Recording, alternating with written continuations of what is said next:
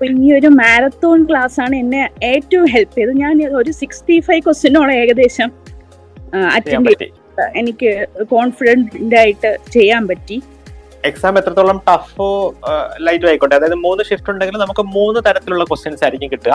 അപ്പൊ suppose in case ഏതെങ്കിലും ഒരു ഷിഫ്റ്റില് നമുക്ക് ടഫ് ആയിട്ടുള്ള ക്വസ്റ്റ്യൻസ് ആണ് കിട്ടുന്നതെങ്കിൽ അതിന് ഒരു നോർമലൈസേഷൻ എന്ന് പറഞ്ഞിട്ടൊരു പ്രൊസീജിയർ ഉണ്ട്. അതായത് എല്ലാ 3 ഷിഫ്റ്റിലെയും എക്സാമിന്റെ ക്വസ്റ്റ്യൻ അനുസരിച്ചിട്ട് ഇപ്പൊ ഏറ്റവും എളുപ്പമുള്ള ക്വസ്റ്റ്യൻ ആണെങ്കിൽ അവർ മാർക്ക് ചെറുതായിട്ടൊന്ന് കുറയ്ക്കുകയും, ഒരുപാട് ടഫ് ആയിട്ടുള്ള എക്സാം ആണെങ്കിൽ മാർക്ക് കുറച്ചൊന്ന് ആഡ് ചെയ്തിടുകയും ചെയ്യും.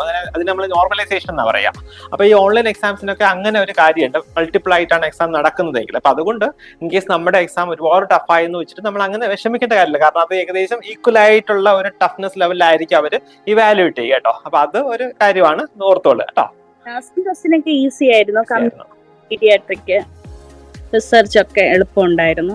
അപ്പോൾ ഈ ക്ലാസ് അറ്റൻഡ് ചെയ്ത് എനിക്ക് കൂടുതലും മാരത്തോൺ റിവിഷൻ ആയിരുന്നു ഏറ്റവും കൂടുതൽ യൂസ്ഫുൾ ആയത്. കാരണം എനിക്ക് ക്ലാസ് ഒന്നും റെഗുലറായിട്ട് കയറാനും പറ്റിയിട്ടില്ല.